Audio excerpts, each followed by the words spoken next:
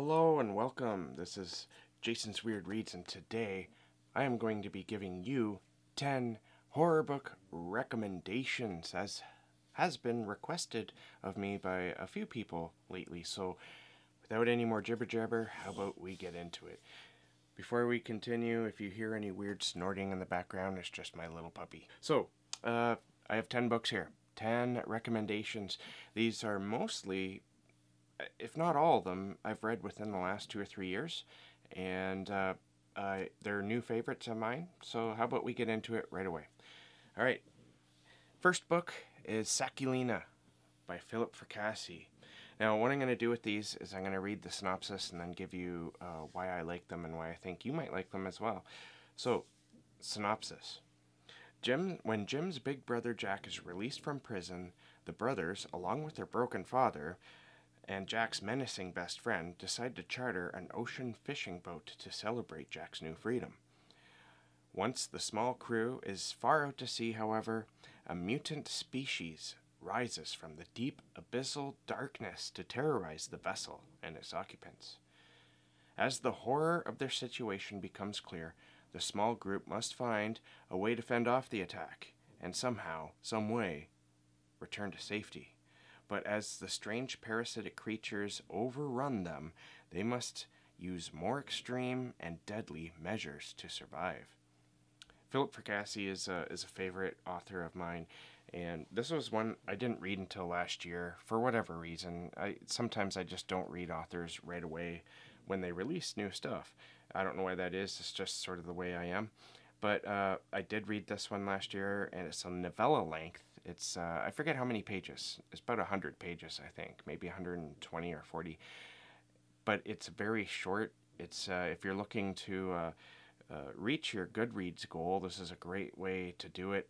But the more important thing is this book is really fun and interesting. The mutant species of which is described in the synopsis is what really interested me, along with the family dynamic. My biggest complaint is that the father, the broken father, he sort of gets forgotten along the way for a little bit, and then he sort of comes back. I don't know if Philip Fracassi just sort of forgot to write him in there for a little bit, or maybe it was just me, but that's neither here nor there, because this story is awesome. I just wish there was a little bit more of the father, and perhaps just a little bit more of the relationship between the father and his kids. But overall, the story is very, very good. It's fast-paced. The action starts out pretty quickly within the story.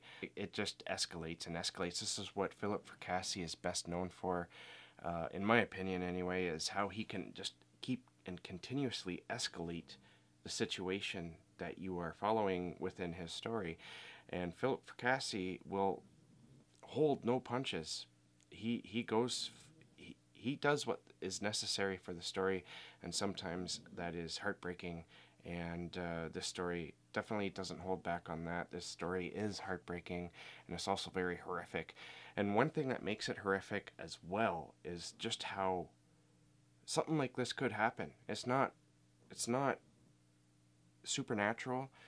It's not something you've ever heard of, but if you did hear of it, you'd be like, oh man, that's freaky. But it's not without reality. It could happen, something like this. It definitely has happened with other creatures. So it's not completely unrealistic, and that makes it even more scary. Up next, I have Shelter for the Damned by Mike Thorne. This is another book I read in 2020 or 2021. And it was 2021. And let's get into the synopsis. While looking for a secret place to smoke cigarettes, with his two best friends, troubled teenager Mark discovers a mysterious shack in a suburban field. Alienated from his parents and peers, Mark finds within the shack an escape greater than anything he has ever experienced. But it isn't long before the place begins to reveal its strange, powerful sentience, and it wants something in exchange for the shelter it provides. I remember when I first started this story, I didn't really like it, and the reason why I bring this up is because there's a possibility you'll be like, what was this guy talking about? This book is awful. But it's only the first chapter. I recommend that you keep going to chapter 2, because it gets much better then. The reason why I didn't like the first chapter is because of the friends. They're just so mean to each other, I guess, as some kids are. And there's 4 of them, and I had a little trouble keeping track of who was who. And so I was a little nervous that I wasn't going to like the book. But as I said, chapter 2 hit, and I absolutely loved it.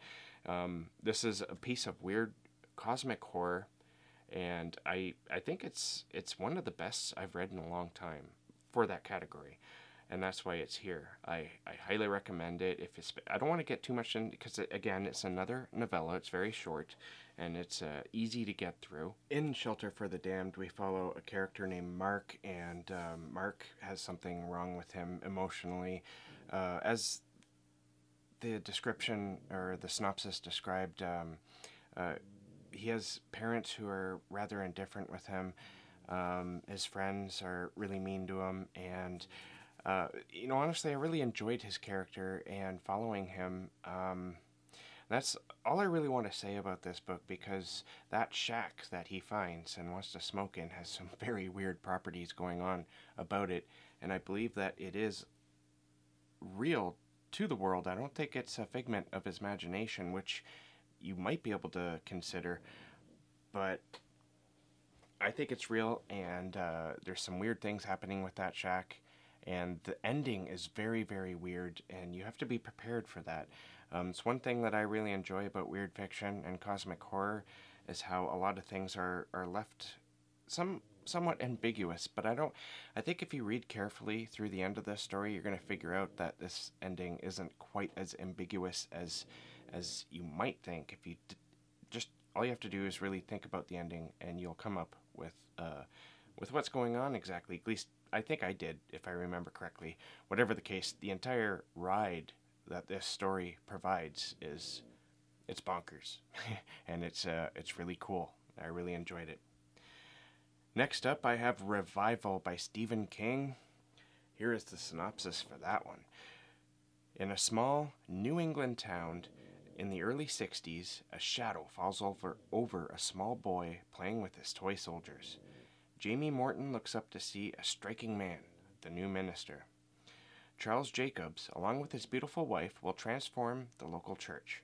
The men and boys are all a bit in love with Mrs. Jacobs. The woman and the girls, including Jamie's mother and beloved sister, feel the same about Reverend Jacobs. With Jamie, the Reverend shares a deeper bond, based on their fascination with simple experiments in electricity. Then tragedy strikes the Jacobs family. The preacher curses God, mocking all religious belief, and is banished from the shocked town. Jamie has demons of his own. In his mid-30s, he is living a nomadic lifestyle of bar band rock and roll, addicted to heroin. Stranded, desperate, he sees Jacobs again, a showman on stage creating dazzling portraits and lightning. And their meeting has profound consequences for both men. Their bond becomes a pact beyond even the devil's devising, and Jamie discovers that revival has many meanings, because for every cure there is a price. Now, this story is pretty fascinating, and it also has one of the darkest and grimmest endings I think I've ever read, and it could go down as the grimmest ending ever. Even Stephen King himself says he feels kind of shaken by this ending, and for good reason, because it's pretty bleak for everyone. If this ending were real, it wouldn't be good for anyone. Let's just say that. And also, I'd have to say this is one of the better Stephen King endings. Stephen King is known for having pretty bad endings, but this book is solid from beginning until the end. What I really enjoyed about this story the most were the characters, honestly, and the villain, because Stephen King is known for he's known for writing bad villains, bad in the sense that they're sort of cardboard cutouts from his own toolbox. They're always racist, they're homophobic, and they're generally abusers of whoever they're with. You can tell who the Stephen King bad guy is by the guy who's going to kick a dog, sometimes to death, or if he's using the N-word. It's pretty common, but the bad guy in Revival is very human, and the reason why he's doing the things he's doing is not because he's a bad guy in the first place.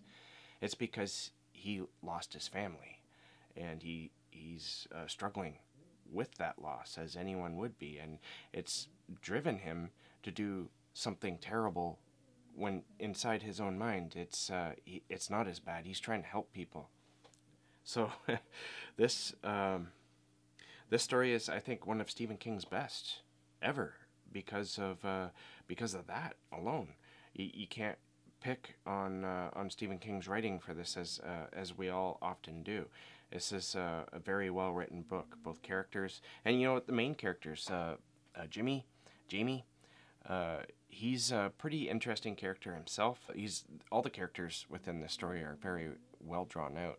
The story almost has like a literary feel in the sense that it's a character study, and we don't just study a character in one period of time. This study takes place throughout Jamie's entire life. To me, the whole rock star part was weird. I mean, they weren't exactly a big band, as you heard me stumble over the bar band thing. They're not big rock stars. They're at the bar stage right now, where they're touring America and they play bars and whatnot. So they're not huge, but it was kind of a weird choice in my opinion, but it still works for the story. I highly recommend this book. It's definitely one of Stephen King's strongest that I've read, anyway. Next up, I have Queen of Teeth by Haley Piper. I've talked about this book extensively on this channel, so I don't want to bring too much or discuss it too much, because you can watch any of my best of videos for 2021 and you're going to see this. Let me get into the synopsis, because I don't think I've ever read the synopsis. Within 48 hours, Yaya Batincourt will go from discovering teeth between her thighs to being hunted by one of the most powerful corporations in America. She assumes that the vagina dentata is a side effect of rare genetic condition caused by alpha-beta pharmaceutical decades ago, when she and several thousand others were still in the womb.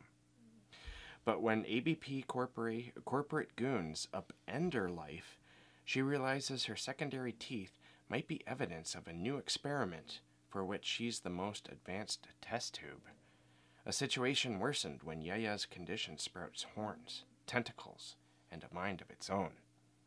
On the run and transforming, Yaya may be either ABP's greatest success or the deadliest failure science has ever created. Now, I really love this story because it's very weird, and it's out there, but it works. It works in the best way possible. I really love the whole government doing secret experiments on people, and then when it all goes wrong, they have to try to hunt her down, and there's like these tanks that invade areas, just blowing everything up. This book is insane, and that is why you have to read this book. Now, one thing I did want to mention is that there's some people who said that this book is a little bit of a comedy, but honestly I don't see it. There's somewhat funny things in it, but I don't think this book was ever meant to be funny. If anything, it's like a science fiction horror camp fest that is just absolutely fun to read. I don't think there's any jokes in this story, but it's not necessarily meant to be taken too seriously, except for maybe some of the messages that are going on within the story itself. But this book, Queen of Teeth, is brilliant. I think it's a masterpiece. I can't wait to read it again, honestly. Up next, I have The Good House by Tananarive Due. This book is thick. Here's the synopsis. Working to rebuild her law practice after her son commits suicide, Angela Toussaint journeys to the family home where the suicide took place, hoping for answers, and discovers an invisible evil force that is driving locals to acts of violence. That synopsis pretty much sums up exactly what's going on. There's something in that house that she returns to where her son committed suicide. Now, obviously, it's something evil, and it's making people do things. It's maybe possessing people. You're going to have to read and find out. But there's also a lot of other things going on. This is another story that really takes in people's lives, their entire, well, maybe not their entire lives, but a good chunk of their lives. It's about people, not necessarily what's going on in the house. This story really affected me, and my biggest complaint about it, I would have to say, is the ending. For some reason, the ending just didn't work for me, and it didn't ruin it for me. It didn't ruin the rest of the story for me at all. I just wasn't a big fan of it, that's all. But the rest of the story really held my attention, and it also held my emotions because of that son committing suicide. That, of course, losing your child is a huge fear for any parent out there, at least most parents. And so that was heartbreaking. You really see the main character, Angela, suffer, and she really needs to know why it happened. And I think, honestly, you could take all the evil forces that are in the house making people do things as a metaphor for us trying to figure out exactly why things happen when they do. It's incredibly scary for those reasons alone. And this book, like I said, it's thick. If you want something to sink your teeth into, you cannot go wrong by reading The Good House by Tananarive Due. Next up is Clown in a Cornfield by Adam Caesar. Let's get into the synopsis. Quinn Maybrook just wants to make it until graduation. She might not make it to morning. Quinn and her father moved to tiny, boring Kettle Springs to find a fresh start, but ever since the Bay Pen corn syrup factory shut down, Kettle Spring has cracked in half. On one side are the adults, who are desperate to make Kettle Springs great again. And on the other side are the kids, who want to have fun, make prank videos, and get out of Kettle Springs as quickly as they can. Kettle Springs is caught in a battle between old and new, tradition and progress. It's a fight that looks like it will destroy the town, until Friendo, the Bay Pen mascot, a creepy clown in a pork pie hat, goes homicidal and decides the only way for Kettle Springs to grow back is to cull the rotten crop of kids who live there now. Now, this book has one heck of a message behind it, and I absolutely loved and appreciated that message. And it's a very political message, and I was unexpected, so it hit me unexpectedly, but the more I thought about the book afterwards, the more I appreciated that message, and I'm glad that Adam Caesar is writing this book. Maybe that's the reason why this is geared towards a younger audience, because it's technically a YA book, but all the stuff that happens in this book, there's nothing YA about this book because it's gory. It's got all the slasher tropes in there somewhere, and it's a lot of fun for that. And when I went into this book, I was hoping just for a slasher, but I got so much more, and I appreciated it so much more for it. This book is, it's harsh, man. It's almost like, I don't know if Adam Caesar would take this as an insult or a compliment, but I mean it completely as a compliment. It's almost as though Rob Zombie were directing it because of the harshness to the things that happen in this book, the violence, the almost nihilistic violence that takes place. I absolutely love this book, and I think everyone should read it. Next up, I have Mongrels by Stephen Graham Jones. Here's the synopsis.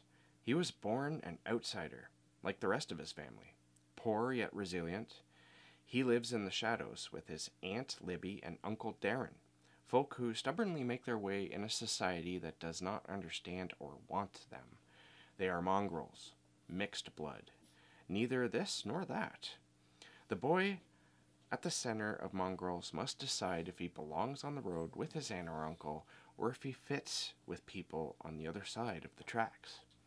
For 10 years, he and his family have lived a life of late-night exits and close calls, always on the move across the South to stay one step ahead of the law. But the time is drawing near when Darren and Libby will know if their nephew is like them or not.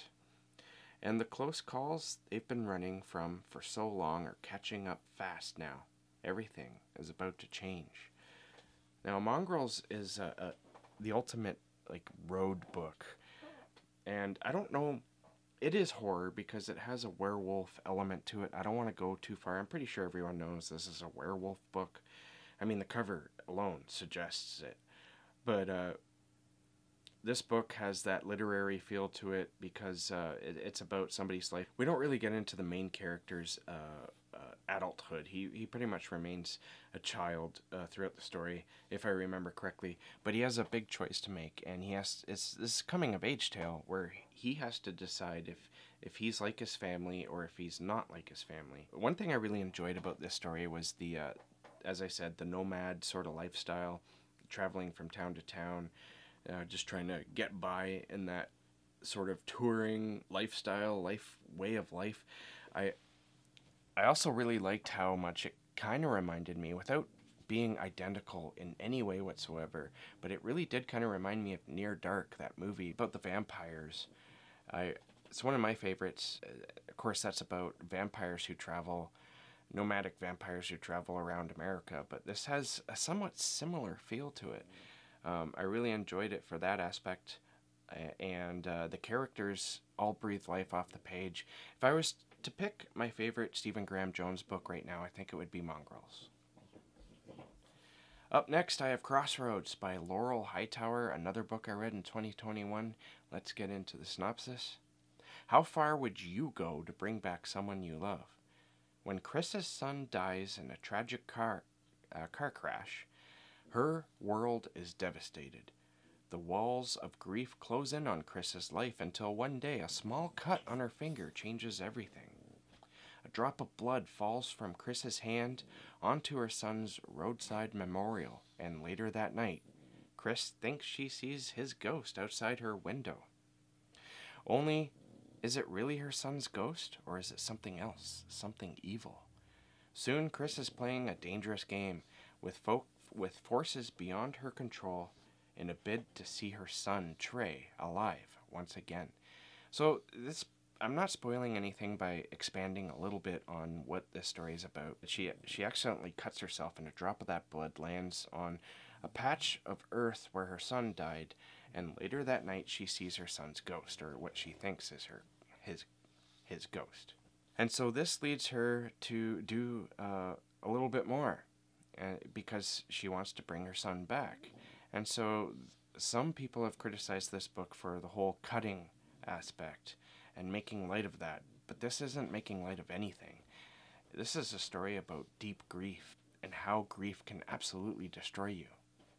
And I think this story is important for that, because a lot of stories about grief either have somebody come out the other end smiling or healed. This story, don't expect that. Expect this to be as grim as it sounds, because it's a very grim story. And that's one reason why I love it, because Laurel Hightower is not lying to you. And so this book is worth it just for that alone, but it also has some very dark themes all throughout the book. It's not an easy read, but it's not as difficult as you might think if you don't like reading about stories about parents losing their children, and for obvious reasons. Alright, moving on is number 9 is a book I haven't talked about in a while. It made my top list of 2019, I believe, and that is Armageddon House by Michael Griffin. Armageddon House. Utopia. 4 people living together deep underground in a subterranean facility. All their needs are provided for: food, water, medicine, a swimming pool, a gym, a bar. Except none of them can recall exactly how they came to be there, or what they're supposed to do. Dystopia. Where are the others? There must have been others. It's a huge facility after all. It must be some sort of experiment. They're test subjects. How long have they been there? When will they get out? How come there has been no outside contact? Utopia or dystopia? As the questions mount, so does the tension. Who will escape Armageddon House? Michael Griffin's riveting new novella, Armageddon House, grabs you and doesn't let go. It will stay with you long after you've turned the last page. This is a haunted house, and of a different sort.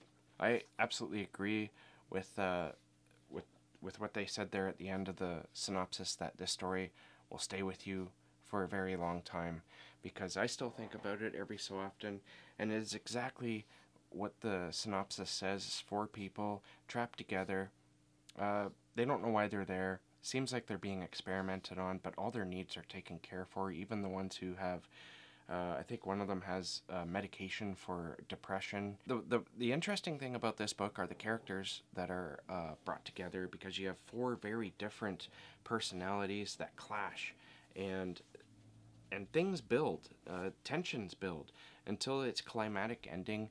And again, just like with Shelter of the Damned, this one has a very weird ending, one that might confuse you unless you like being confused, and I kind of like being confused myself.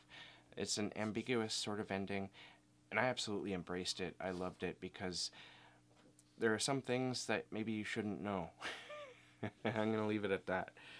Alright, last up here, the 10th book I'm going to recommend to you is one I read in 2020. I think it was 2020. Camp Slaughter by Sergio Gomez. Here's the synopsis. It's a local legend. No one is sure if this Camp Slaughter place is real or not, but a group of college kids renting out a cabin deep in the woods of Pennsylvania will soon realize the truth. They'll realize the danger too, or rather the cannibal out in the woods will bring the danger to them. This book is, for me, this book was just fun. There's nothing weird or ambiguous about it. It is exactly what it sounds like. It is a cannibal, deep woods cannibal story. It's a slasher, and it is brutal. My biggest complaint, I think, was the body count. I don't think it was. It was fairly high, but I kind of wanted more.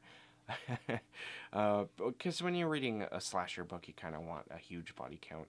But this book is just fun. I really enjoyed the beginning, the middle, and the end. I really appreciated how dark it got. It kind of reminded me of a movie from, when was it here? From 2005 called Wolf Creek. Without being Wolf Creek, it's not a copy of that movie by any means, but it kind of had that feel to me. The biggest thing about this book is it's fun, and if you just need some violence to pass the time, just for the entertainment value that it can bring, then this book, Camp Slaughter by Sergio Gomez, delivers. So go get that book. Go get all these books. And thank you for watching. If you like horror books, and also maybe some fantasy books and science fiction books, please hit the subscribe button down below. And if you watched this far, then please leave me a pumpkin down there in the darkness, and I'll leave you a pumpkin or 2 in return. If you want some more horror book recommendations, just check out some of these videos over here, because there are more. And I'm full of recommendations. Keep being safe, keep being productive, and I'll catch you guys in the next bookish video.